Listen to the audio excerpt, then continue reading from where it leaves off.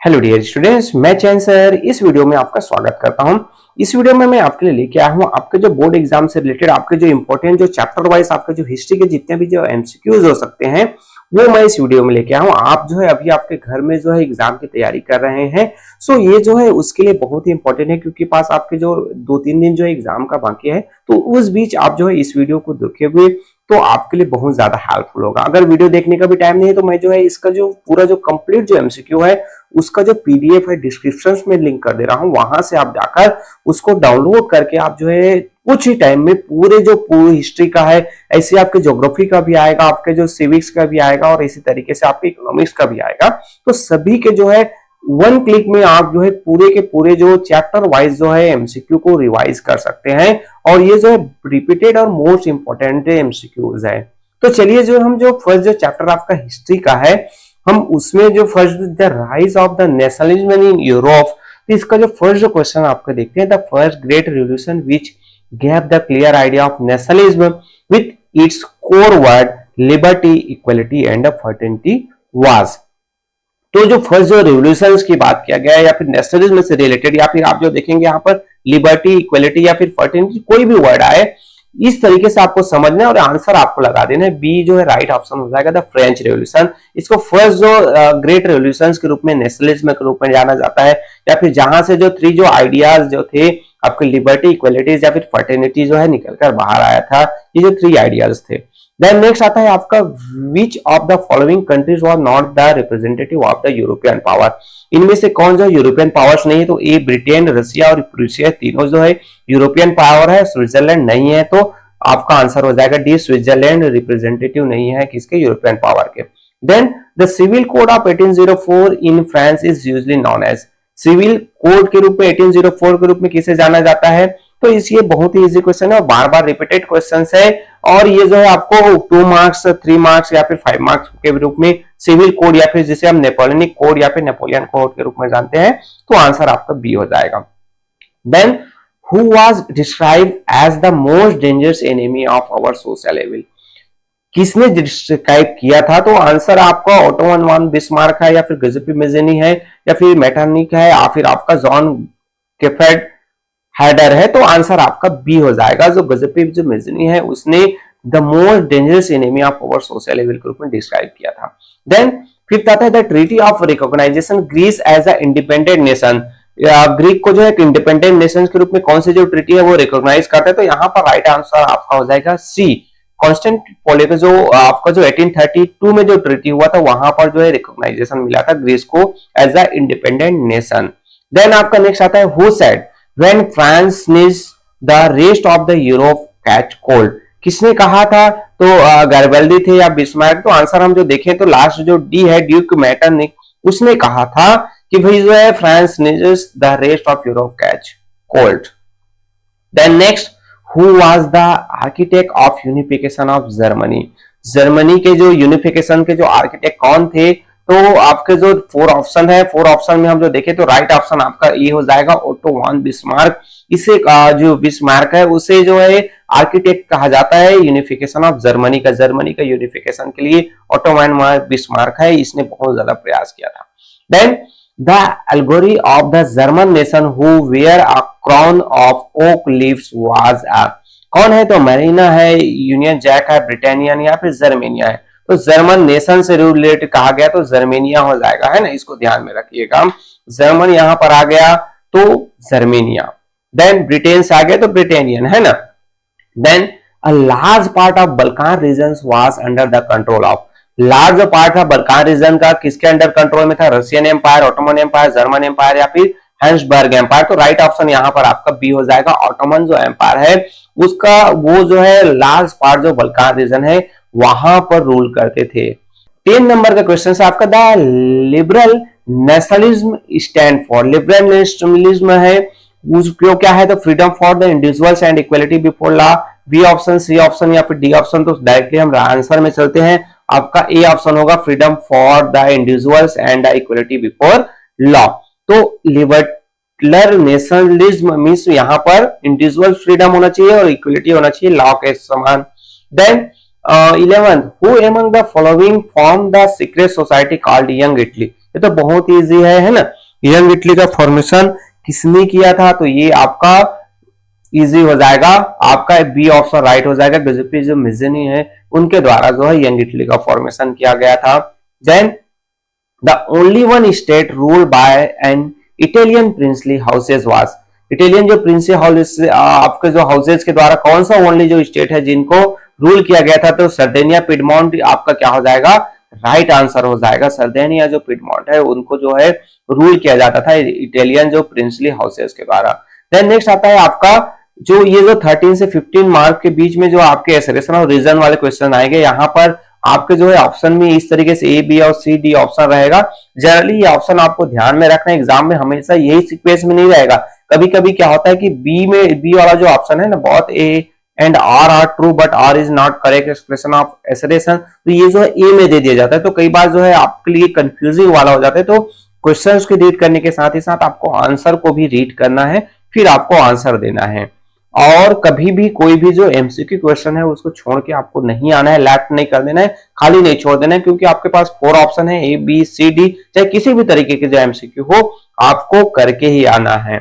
Then एसरेशन में देखें तो in the area conquered by Napoleon the reaction of the local population were mixed.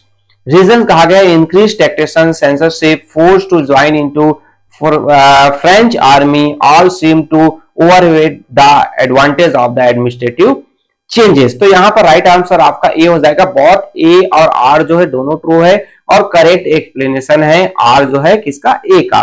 क्यों ऐसा, तो एसरेशन में कहा गया है भी कि जो नेपोलियन के द्वारा जो क्या हुआ था, कंक्वेयर किया गया था, तो वहां पर जो रिएक्शन है वो मिक्स था लोगों का। क्यों, क्योंकि उसने जो है क्या किया था, सबसे पहले तो नेपोलियन कोड में आया तो लोगों को बेनिफिट मिला, बट जो उनके द्वारा जो टैक्सेशन जो इंक्रीज किया गया था, सेंसरशिप ला दिया गया था, फ्रेंच पीपल को जबरदस्ती फ्रेंच आर्मीज में डाला जा रहा था, तो ये कहीं ना कहीं लोगों जो है इनके अगेंस्ट थे। तो मिक्स रिएक्शन दोनों तरीके से, खट्टा मीठा वाली जो बात होती ना, वो वहां पर हुआ था। देन नेक्स्ट आता है 14 नंबर का एसरेशन है आपका कि इन 1834 जुवेलियन was formed at the initiative of Prussia.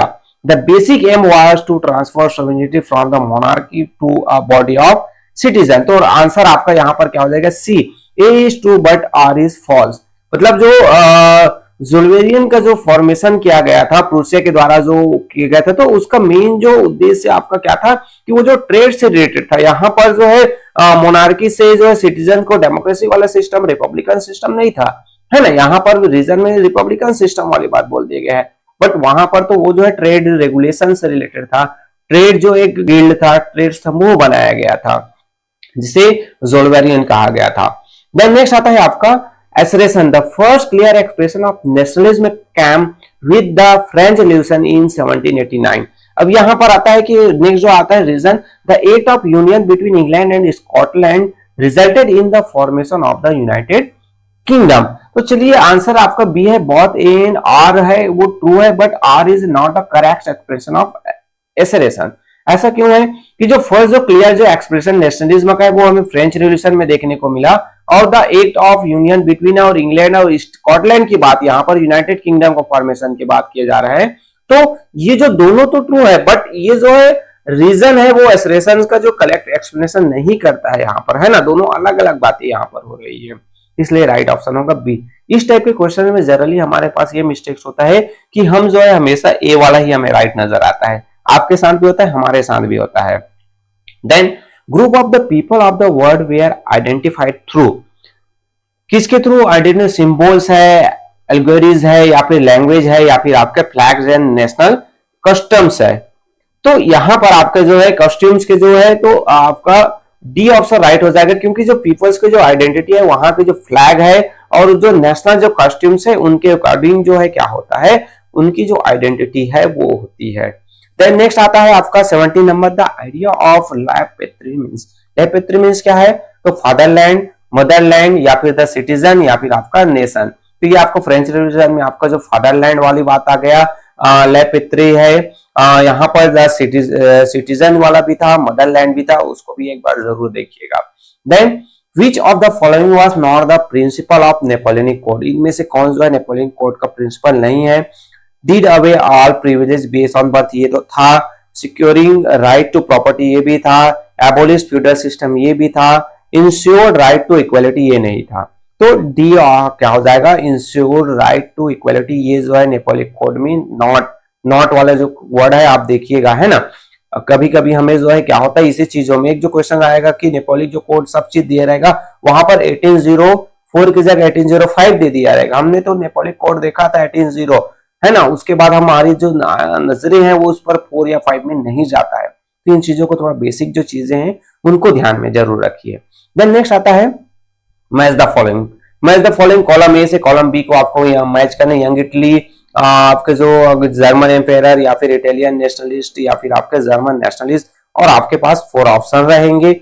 अब यहाँ पर इस टाइप के जो क्वेश्चंस में आपको क्या करना है कि जो हमें पता है उसको हम सबसे पहले मैच करेंगे, है ना। जो चीजें हमें जानते हैं उसके बारे में, तो यंग इटली है इसका फॉर्मेशन किया था आपके जो गजपी जो मिजने है। तो देखिए फर्स्ट का बी ऑप्शन कौन इसमें आता है, फर्स्ट का आपका बी ऑप्शन है आपका यहाँ पर सी और बी और सी है, तो ए और डी आपका ऑटोमेटिकली कट हो जाएगा। बाकी हमें चीजों को और देखने की जरूरत नहीं है।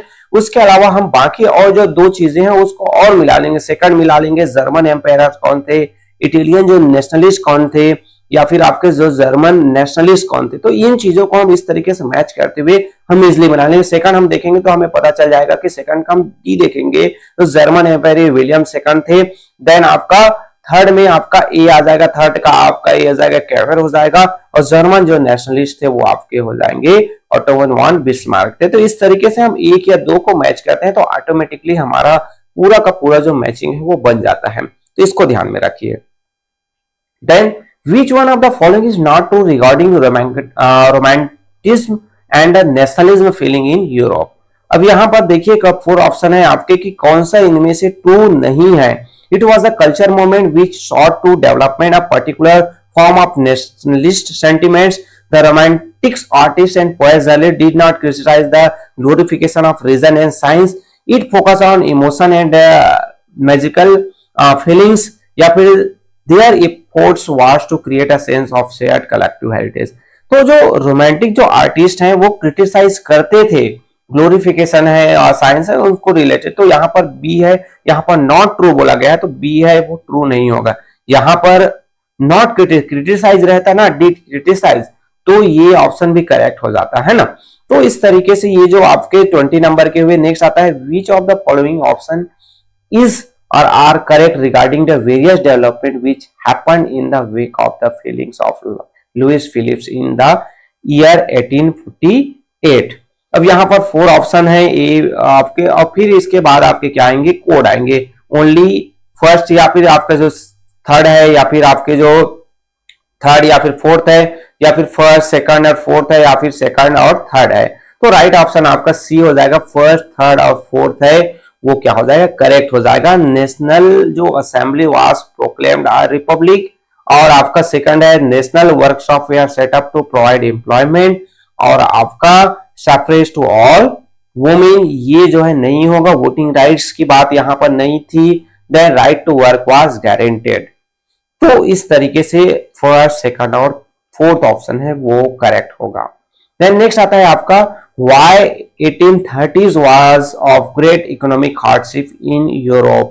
क्यों जो है 1830s में ग्रेट इकोनॉमिक हार्डशिप हुआ था। Identify the correct option from the following. Correct option आपको आइडेंटिफाइड करने हैं। तो aristocratic class had snatched the job of the workers, industrial revolution has created less economic opportunity than expected, या फिर workers were on the strike hence industry were closed, या फिर population has risen exponentially and job opportunity were less। तो right option आपका क्या हो जाएगा, इसमें हम देखेंगे तो राइट ऑप्शन आपका हो जाएगा डी। पॉपुलेशन है वो बहुत ज्यादा पॉपुलेशन है वो बढ़ गया था, और उसके मुकाबले जो है जॉब अपॉर्चुनिटी अवेलेबल नहीं थी। तो ये आपके जितने भी आपके जो 22 के हुए। देन नेक्स्ट आता है 23 number, which of the following was not a condition of Italy before unification. Italy का यूनिफिकेशन से रिलेटेड जो इटली में जो नहीं था, Italy was dominated by UK in 1801, Italian were scattered over several dynasty rule ये तो था, पॉलिटिकल फ्रेगमेंटेशन भी था, Italy was divided into 7 state ये भी था। तो राइट ऑप्शन आपका हो जाएगा कि डोमिनेशन जो है यूके का इटली में 1801 में नहीं था।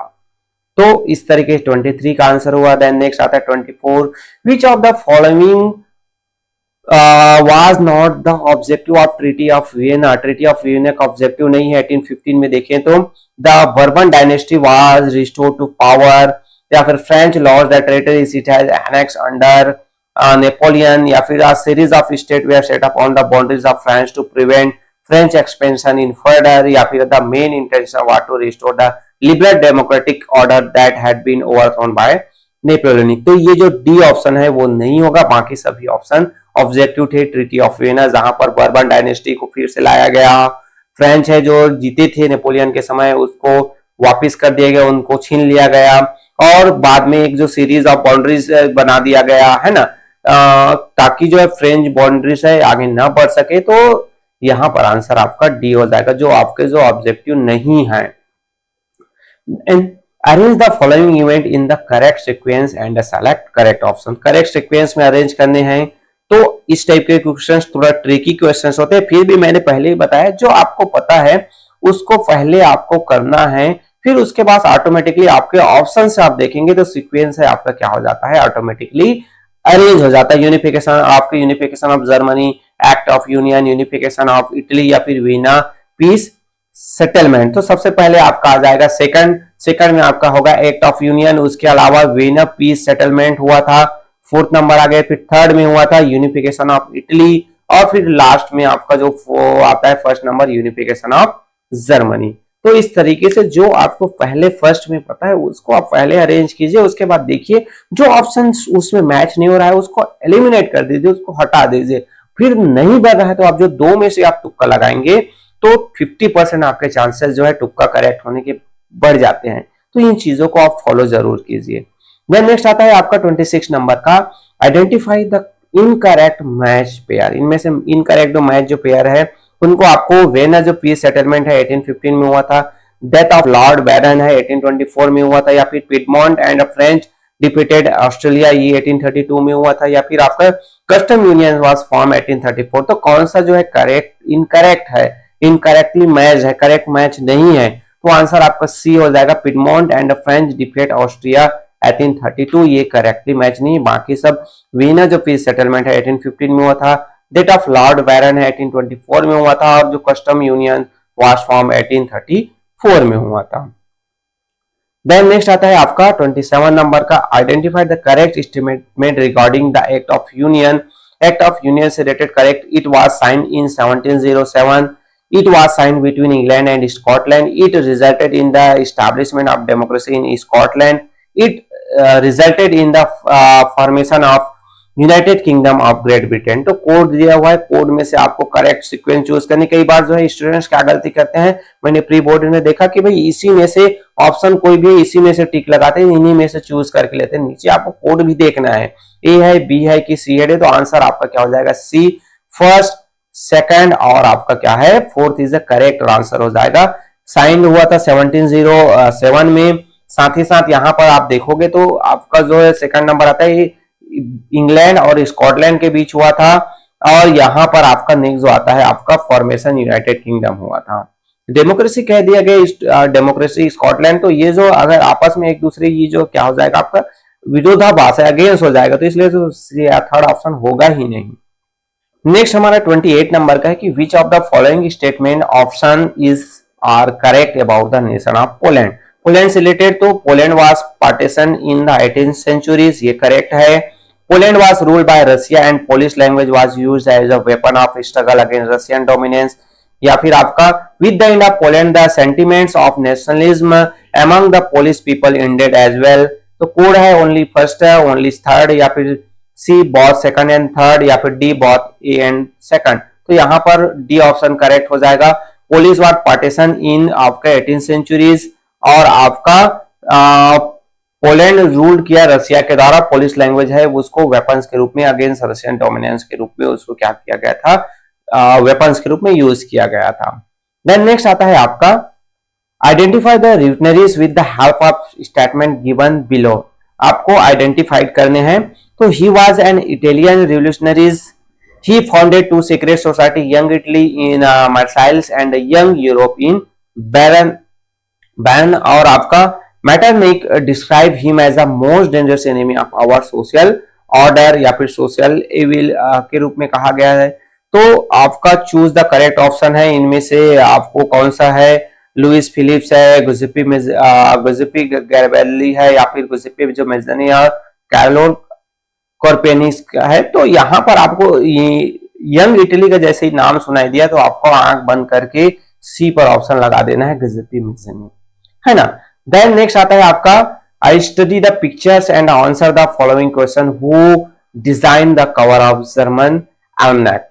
अब यहाँ पर पिक्चर बेस्ड जो क्वेश्चन है, पिक्चर यहाँ पर आपको नजर आया, पिक्चर्स आपको देखकर पहचानने हैं, ओटोमन वन बिस्मार्क, एंड्रेस रैपमैन है, या फिर गुजिपी मेजनी, या फिर नेपोलियन है। तो नेपोलियन गुजिपी मेजनी तो होगा नहीं, ये जो है आपका राइट ऑप्शन आपका होगा बी, एंड्रेस रैपमैन है, उनके द्वारा ये जो डिजाइन किया गया था। इस तरीके से और जो है इस एक पर्टिकुलर वीडियो में आपके लिए डेडिकेटेड वीडियो आपके लिए क्या होगा, जहां पर आपके ओनली सो इमेज जो बेस्ड जो क्वेश्चंस है वही होंगे। उससे क्या होगा, एक आइडिया हो जाएगा, और उसका पीडीएफ भी मैं डिस्क्रिप्शन बॉक्स में दे दूंगा, ताकि जो है आपका क्या हो कि वो जो आप अगर आपके पास वीडियो देखने का टाइम नहीं है तो डिस्क्रिप्शन बॉक्स से पीडीएफ डाउनलोड करके एक बार आप जो है जाकर जाने से पहले, एग्जाम से पहले एक बार देख सकें। तो चलिए हम जो है आपके जो चैप्टर सेकंड है नेशनलिज्म इन इंडिया, तो इसके जो रिलेटेड जो आपके जो एमसीक्यू है उसको देखते हैं। तो फर्स्ट जो आता है कि who was the writer of the book Hind Swaraj. Hind Swaraj के राइटर्स कौन थे? तो बहुत ही इजी है, आपने स्टडी किया चैप्टर तो आपको पता होगा कि जो इसके जो राइटर आपके महात्मा गांधी जी हैं वो है। देन सेकंड आता है आपका खिलाफत committee was form in 1990 in the city of, कौन सी सिटी में हुआ था? बॉम्बे, कलकत्ता, या फिर लखनऊ, या फिर अमृतसर। तो यहाँ पर ये जो है बी ऑप्शन हो जाएगा आपका, ए ऑप्शन सॉरी राइट हो जाएगा, बॉम्बे है। वहां पर जो खिलाफत कमेटी है उसका फॉर्मेशन हुआ था कब? 1919 में। देन आपका नेक्स्ट आता है कि द नॉन कोऑपरेशन खिलाफत मूवमेंट बिगन इन, नॉन कोऑपरेशन और खिलाफत मूवमेंट्स कब स्टार्ट हुआ था? तो जनवरी 1921 में, कि फरवरी 1920, दिसंबर है 1929 की आपका अप्रैल। तो यहाँ पर राइट आंसर हो जाएगा आपका 1921, जनवरी जो 1921 है वहां पर नॉन कोऑपरेशन खिलाफत मूवमेंट्स है वो दोनों स्टार्ट हुआ था। यहाँ पर थोड़ा डेट में कंफ्यूजन होता है, अगर कहीं पर जो है 1921 नहीं आया है और जो है उससे पीछे 1920 दिया है, या फिर जनवरी से आगे जो है 1921 दिया है, तब दोनों में आपको लगाना है। 1922, 1929 और 1919 में नहीं लगाना है। 21 दिया है कहीं पर या फिर 20 दिया है तो वो उसको देखना है। 21 जो है जनरली आपके यही ऑप्शन आते हैं, बट अगर इधर उधर हो गया तो थोड़ा सा ध्यान में रखिए, कॉमन सेंस लगाइएगा। Then which of the following was the reason for calling off the non cooperation movement by Gandhi ji. कौन सा रीजन है जो गांधी जी के द्वारा नॉन कोऑपरेशन मूवमेंट को बंद कर दिया गया था? तो ये भी थोड़ा इजी है, ये आपके जो प्रेशर फ्रॉम ब्रिटेन, या फिर ये नहीं है गांधी जी अरेस्ट, यह भी नहीं है चौरा चौरी इंसिडेंट। तो ये जो डी ऑप्शन है वो हो जाएगा, इसके कारण से जो है गांधी जी ने नॉन कोऑपरेशन मूवमेंट को कॉल्ड ऑफ कर दिया था। इससे रिलेटेड आपके जो मैप वाले भी क्वेश्चंस बनते हैं तो उसका जो इजी ट्रिक, जो बच्चों वाला जो तरीका होता है ना कि कैसे जो है बच्चे पहचान लेते हैं, वैसा तरीका मैं एक अलग से वीडियो आपको देखने को मिल जाएगा, तो उसको एक बार जरूर देख के जाइए। और हिस्ट्री में आपके जो 2 मार्क्स है वो कभी भी कहीं भी नहीं जाएंगे मैप से, बहुत ही इजी है। तो ये मैप वर्क है वो आपके जो बोनस मार्क समझिए जो है उस टाइप का है, आप थोड़ा सा 2-4 बार प्रैक्टिस कर लेते हैं तो मैप जो है आपका कभी भी रॉन्ग नहीं होता है। देन बाबा रामचंद्र सन्यासी was the leader of which of the following movement. कौन सा मूवमेंट था बाबा रामचंद्र का? खिलाफत मूवमेंट, या फिर militant guerrilla movement of Andhra Pradesh, peasant movement of Awadh, या फिर plantation worker movement in Assam. तो राइट ऑप्शन आपका हो जाएगा पीजेंट मूवमेंट ऑफ अवध, जो है यहाँ पर हुआ था आपके बाबा रामचंद्र के द्वारा पीजेंट मूवमेंट ऑफ अवध किया गया था। देन नेक्स्ट आता है आपका who set up the Awadh किसान सभा। अवध किसान सभा किसने? अल्लूरी सीताराम राजू ने, कि जवाहरलाल नेहरू एंड बाबा रामचंद्र ने, या फिर जवाहरलाल नेहरू शौकत अली ने, तो महात्मा गांधी। अभी हमने देखा था बाबा रामचंद्र जो है अवध जो है वहां पर हुआ था। तो ये जो अवध किसान सभा है वो जवाहरलाल नेहरू और बाबा रामचंद्र के द्वारा किया गया था। यहाँ पर आपका जो बाबा रामचंद्र और अल्लूरी सीताराम राजू भी हो सकता है ना, जो गुलेरिया वारफेयर लड़ाई से जाना जाता है इसको, गुडेम हिल्स। देन नेक्स्ट आता है under the presidencies of Jawaharlal Nehru the Lahore Congress session of 1929 formalize the demand of abolition of salt tax, या फिर पूर्ण स्वराज और कंप्लीट इंडिपेंडेंस। और राइट ऑप्शन आपका क्या हो जाएगा? बी हो जाएगा, कंप्लीट इंडिपेंडेंस जो है लाहौर सेशन में कांग्रेस के द्वारा क्या किया गया था, एडॉप्ट किया गया था। और इसी कारण से जो है 1913 में 26 जनवरी को इंडियन जो फ्लैग है वो होस्ट किया जाता है। Then the Simon commission was boycotted because, Simon commission का जो बाइकआउट किया गया था क्यों? तो ये जो है एक डिटेल टाइप का भी आंसर आ सकता है आपका, या फिर आपके जो इसमें एमसीक्यू में आ सकते हैं। तो यहाँ पर there was no British member, ये तो नहीं है। यहाँ पर there was no Indian members, कोई भी इंडियन मेंबर्स नहीं था। इस कारण से साइमन कमीशन जो है उनको बाइकआउट कर दिया जाता है, क्योंकि वो कॉन्स्टिट्यूशनल रिफॉर्म से रिलेटेड आए थे, इंडियन कॉन्स्टिट्यूशन में रिफॉर्म करना चाहते थे, बट कोई भी वहां पर इंडियंस नहीं था। सो सी ऑप्शन यहाँ पर राइट हो जाएगा आपका। देन नेक्स्ट आता है, a form of demonstration use in the non cooperation movement in which people block the entrance to a shop, factories और ऑफिसेज इज, ब्लॉक कर देते थे तो उसको बाइकआउट नहीं, बिगर भी नहीं कहते थे, पिकेटिंग कहते थे उसको, है ना। तो राइट ऑप्शन आपका क्या हो जाएगा? सी हो जाएगा यहाँ पर, picketing. Then who form the Swaraj party with in the Congress, Congress में स्वराज पार्टी का फॉर्मेशन किसने किया था? तो आपके जवाहरलाल नेहरू और मोतीलाल नेहरू, या फिर अब्दुल गफ्फार खान, महात्मा गांधी जो थे, जवाहरलाल नेहरू और सुभाष चंद्र बोस, या फिर C R Das and Motilal Nehru. तो राइट आंसर आपका डी हो जाएगा, सी आर दास और मोतीलाल नेहरू ने स्वराज पार्टी का फॉर्मेशन किया था। फिर आपका आता है, who founded the depressed class association in 1930, किसने डिप्रेस क्लास एसोसिएशन? लवली सीताराम राजू तो नहीं है, सी आर दास भी नहीं है, एम आर जयकर नहीं है, तो ये है बी आर अम्बेडकर है। तो डी ऑप्शन राइट हो जाएगा। देन नेक्स्ट आता है आपका, which party did not boycott the council election held in the year 1921।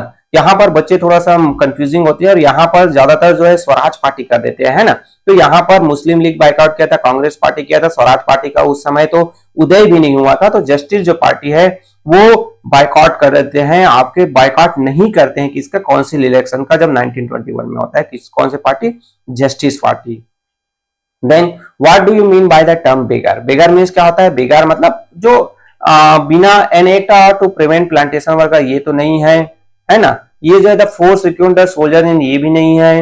Labour that villages were force to contribute without any payment, बिना पेमेंट के किसी से काम लेते हैं तो उसे बेगार कहते हैं। तो ऑप्शन राइट ऑप्शन हो जाएगा आपका C, labour that villages was were force to contribute without any payment. Next आता है आपका 14 number, from where did Mahatma Gandhi started his famous salt march in March on 12 March 1930।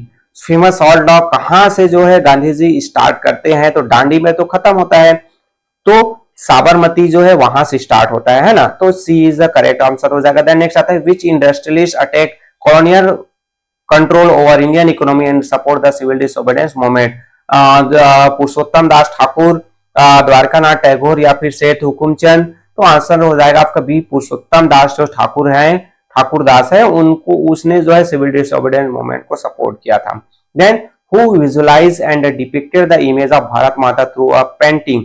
कौन है वो जो विजुअलाइज करते हैं, या फिर जो भारत माता का जो उसको क्या करते हैं, भारत माता को एज अ पेंटिंग के रूप में, उसको क्या कहे, इमेज के रूप में उसको पेंटिंग्स में दर्शाने का प्रयास किया जाता है? तो बंकिम चंद्र चट्टोपाध्याय, रविंद्रनाथ टैगोर, नित्या शास्त्री, या फिर अभिंद्रनाथ टैगोर? तो यहाँ पर थोड़ा सा कंफ्यूजन रविंद्रनाथ और अभिंद्रनाथ में होता है। तो राइट ऑप्शन आपका डी हो जाएगा, अभिंद्रनाथ टैगोर। उसने जो है दो भारत माता का इमेज जो बनाया था, एक में जो है नॉर्मल जो है कुछ बुक्स और माला वगैरह थे, और एक में जो है भारत माता को सिर के सामने त्रिशूल वगैरह पकड़े हुए, दो अलग अलग पेंटिंग अभिंद्रनाथ टैगोर के द्वारा बनाए गए थे।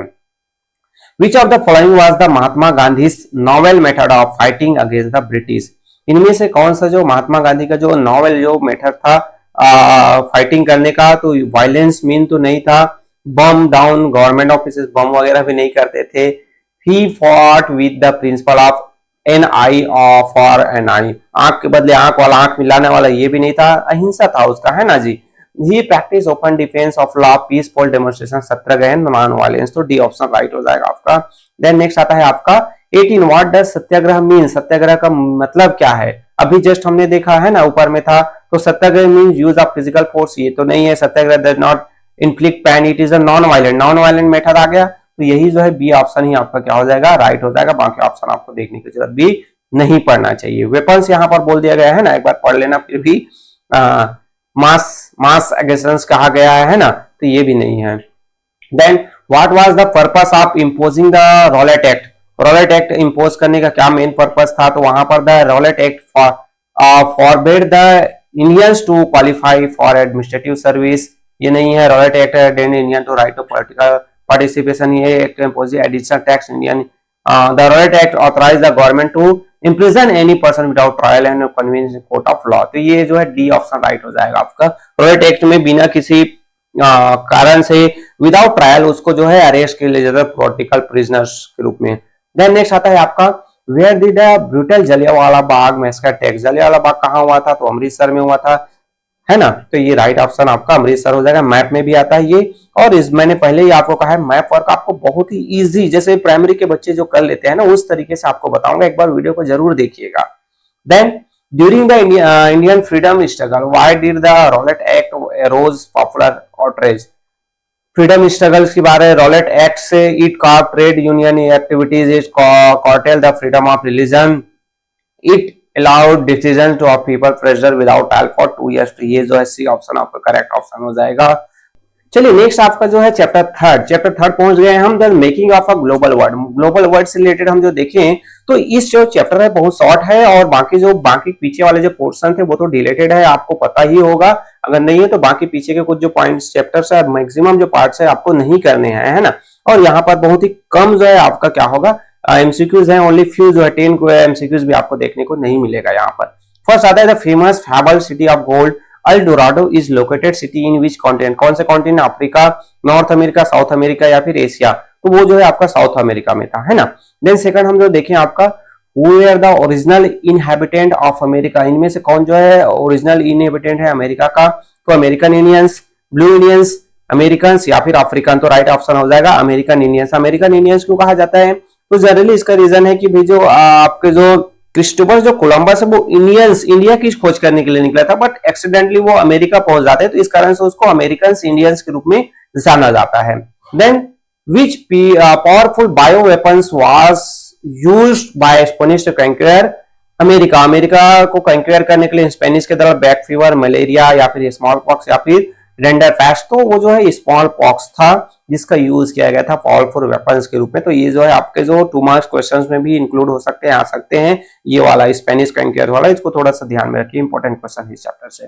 Then which methods of currency trace back from the Maldives found their way to China as a East Africa. तो यहाँ पर आपका ऑप्शन गोल्ड कॉइन, कवरीज या फिर पंज मार्क कॉइन्स या फिर नॉन ऑफ दिस। तो आंसर हो जाएगा आपका सेकंड कवरीज है, वो कहीं ना कहीं मालदीव में पाया जाता है, इस चाइना अफ्रीका में। देन नेक्स्ट आपका 5th नंबर आता है कि dash travelled west from China to be called spaghetti. अब यहाँ पर कौन है? नूडल है, टी है, पोट्री है या फिर ओपियम है। तो ऑप्शन आपका ए noodles.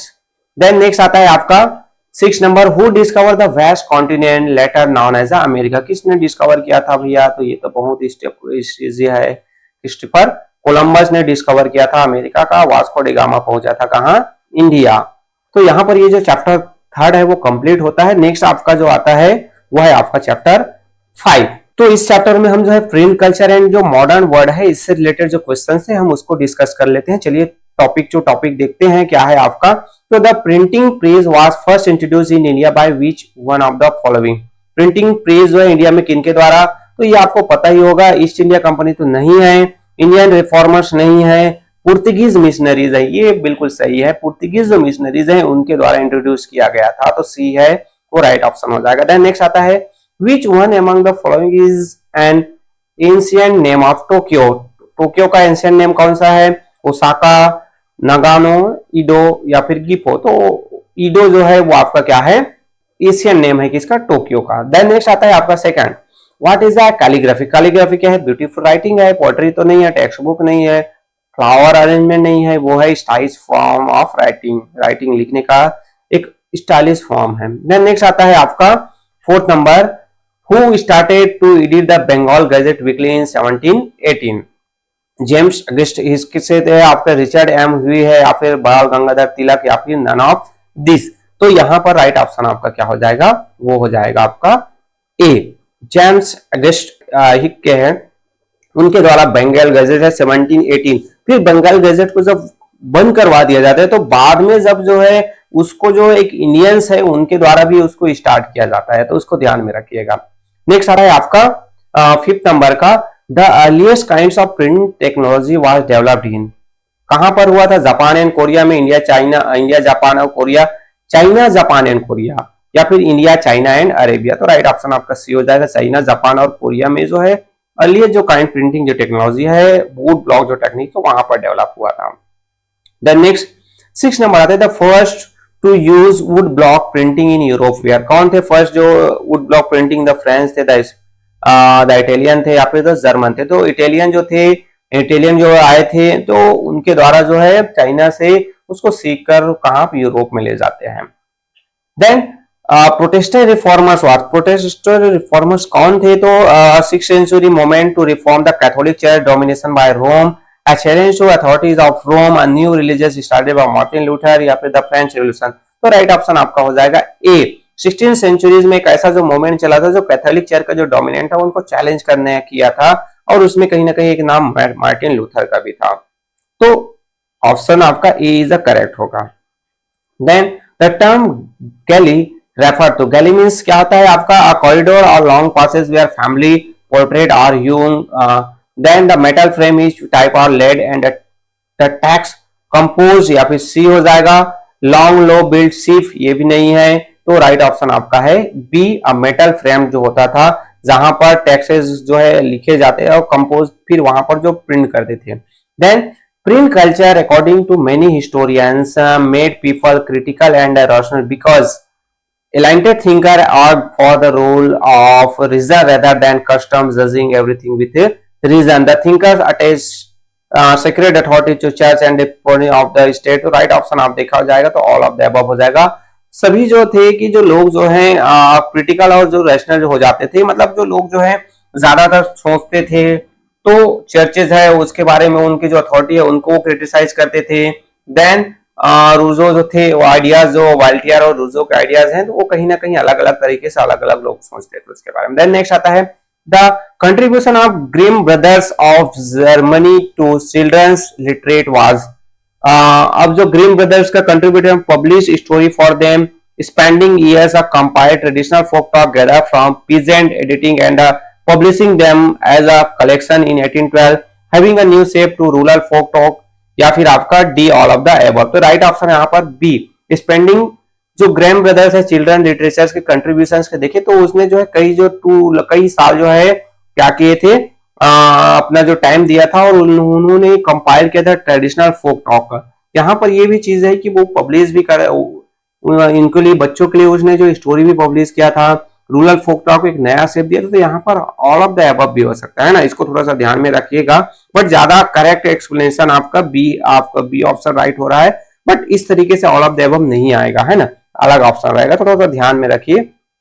Then who wrote about the injustice of the caste system in Gulamgiri, किसने जो है कास्ट सिस्टम का जो इनजस्टिस हुआ था तो गुलामगिरी में नोट किया था? राजा राम मोहन राय, ज्योतिबा फुले, बाल गंगाधर तिलक या फिर बंकिम चंद्र। तो राइट ऑप्शन आपका ज्योतिबा फुले ने गुलामगिरी लिखा था, इसको भी ध्यान रखें। वो रोड द बुक गुलामगिरी ऐसा भी हो सकता है ना, तो Jyotiba Phule. Then the book छोटे और बड़े का सवाल टॉक्ड अबाउट, छोटे और बड़े का सवाल जो है कास्ट और क्लास एक्सप्लॉयटेशन है, the injustice of the caste system थे, restrictions on the vernacular page था या फिर इल ट्रीटमेंट ऑफ विडोज था। तो राइट ऑप्शन आपका ए हो जाएगा, the link between caste and class exploitation से। इसमें आप ध्यान में कास्ट सिस्टम इंजस्टिस वाले में टिक मत लगाइएगा, है ना। देन नेक्स्ट आता है आपका which of the following is the correct meaning of bibliotheque bleue. Bibliotheque bleue से रिलेटेड है, ऑथर नहीं है, लो प्राइस स्मॉल बुक था, मोनोमेंट्स से या फिर नॉन ऑफ दिस। तो राइट ऑप्शन आपका हो जाएगा लो प्राइस स्मॉल बुक था। देन नेक्स्ट आता है आपका choose the name of the oldest printed book of Japan. Oldest जो प्रिंटेड बुक थे ए बी सी डी, आप सर आपको पता चल गया कि डायमंड जो सूत्र है वो ओल्डेस्ट प्रिंटेड जो बुक्स है जापान में था, और आपके जो बुद्धिस्ट जो मिशनरीज के द्वारा लाया गया था प्रिंट टेक्नोलॉजी कहां पर? जापान में, चाइना से। Then which one among the following is an autobiography of Rassundari Devi. Rassundari Devi का जो है ऑटोबायोग्राफी अमर जीवन था, अमर ज्योति था, अमर जवान था या फिर अमर जिंदगी था। तो राइट ऑप्शन आपका ए है अमर जीवन। तो ये जो है थोड़ा सा कंफ्यूजिंग वाला रहता है, तो थोड़ा सा कंफर्म करके रहिएगा। Then which of the following refer to print revolution. Print revolution क्या चीज है? तो invention of printing press, shifting from hand printing to mechanical printing, revolution of people against print matters या फिर हैंड रिटन मैन्युस्क्रिप्ट प्रिंटेड। तो यहाँ पर B option right हो जाएगा, जहां पर हम जो है हैंड प्रिंटिंग से कहां शिफ्ट हो रहे हैं, मैकेनिकल प्रिंटिंग, तो इसको कहा जाता है print revolution. Then following newspaper was publish by Raja Ram Mohan Roy. Raja Ram Mohan Roy के द्वारा कौन सा न्यूज़पेपर पब्लिश किया? बंगाल गैजेट, संबंध कौमुदी, समाचार चंद्रिका या फिर अमृत बाजार। तो इसमें ध्यान रखिएगा ना, ये जो सभी जो है इंपॉर्टेंट है, इस मैच में भी आ सकते हैं। ऐसा इधर राजा राम मोहन राय, इधर आपके जो है बाल गंगाधर तिलक दे दिया गया। इस तरीके से अलग अलग जो राइटर्स दे दिएगा और मैच करने में भी आ सकता है, तो आपको इसको पूरा एक बार देख के जाइएगा। तो आंसर यहाँ पर संबंध जो कौमुदी है वो राजा राम मोहन राय के द्वारा लिखा गया था। देखिए बंगाल गजेट है किनके द्वारा था, आपके जो समाचार चंद्रिका है वो किसके द्वारा, अमृत बाजार किनके द्वारा लिखा गया था। देन एसरेशन वाले जो रीजंस और क्वेश्चंस आते हैं इसमें, तो the new reading culture was accompanied by new technology. Reason बोला गया from hand printing there was a shift to mechanical printing. तो ऑप्शन आपका क्या हो जाएगा, both A R true and R is the correct explanation of assertion, है ना। Hand printing से हम कहां शिफ्ट हुए, मैकेनिकल प्रिंटिंग हुए, तो उससे एक नया जो रीडिंग कल्चर है वो डेवलप होता है, क्योंकि नए जो टेक्नोलॉजी कारण से ज्यादा बुक छप रहे थे, ज्यादा लोग पढ़ पा रहे थे। Then which of the following reading materials were specially for women. ये इसमें से कौन सा जो है स्पेशली फॉर वुमेन के लिए था? चैम बुक था कि ग्रैम्स फेरी टेल्स था, पेनी मैगजीन था या फिर आपका था बाइबल था।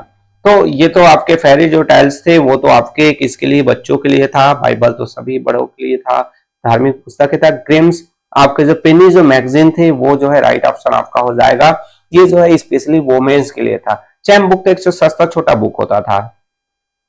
Then complete the following table with the correct information. Correct information से इस टेबल को आपको क्या करना है, कंप्लीट करना है। जैसे बुक दिया हुआ है 90 फायर थीसिस जो दिया हुआ है, तो रिटर्न बाय किसके द्वारा रिटर्न किया गया है, ईयर, और आपका बुक इज अबाउट, तो is displays unhappiness with the churches sale of. तो ऑप्शन है ए, बी और सी। तो राइट ऑप्शन आपका क्या हो जाएगा, राइट ऑप्शन हो जाएगा आपका ए, मार्टिन लूथर के द्वारा लिखा गया था 1717 में नोट किया गया था। तो ये जो दोनों जो है यहाँ पर इस तरीके से टेबल वाले भी क्वेश्चन आ सकते हैं।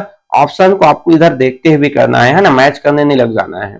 तो इस तरीके से ये जो कंप्लीट आपके जो हिस्ट्री के जो एमसीक्यू थे जो आपके एग्जाम से रिलेटेड इंपॉर्टेंट हो सकते हैं, मैं ये नहीं बोलता कि भाई यहाँ पर जो आपको जो जैसा मैंने कराया है उसी तरीके से आएगा, लेकिन इसी से रिलेटेड आपके जो है एमसीक्यूज आएंगे और बस सेंटेंस चेंज हो सकता है, बट आंसर जो है आपको उसी तरीके से समझ के अच्छे से देख के ध्यान से देना है। कोई भी एमसीक्यू, कोई भी जो आंसर है, क्वेश्चंस के जो आंसर है आपको नहीं छोड़ना है, जैसा आपसे बनता है वैसा आपको अटेम्प्ट करके आने हैं। जो आपको जैसे आपको समझ में आता है वैसे क्वेश्चंस आंसर है उसको भी लिखना है, ताकि आप कुछ मार्क्स अचीव कर सके। ऐसा नहीं है कि आप छोड़ के आ गए तो आपको कुछ मिल जाएगा। आप कुछ लाइन ही, एक लाइन ही नोट करके आएंगे तो भी आपको कुछ ना कुछ, इवन 1 मार्क्स भी जरूर मिलेगा। तो इसलिए एक भी क्वेश्चन आपको छोड़कर नहीं आना है। सो ओके, आई थिंक ये जो वीडियोज है आपके लिए हेल्पफुल रहा होगा। वीडियो अगर हेल्पफुल है तो लाइक जरूर कर सकते हैं, अपने क्लास फ्रेंड के साथ भी शेयर कीजिए ताकि उनका भी इन वक्त में आपका हेल्प हो जाए। और अभी तक आपने चैनल को सब्सक्राइब नहीं किया तो सब्सक्राइब भी कर सकते हैं। तो ओके, थैंक यू।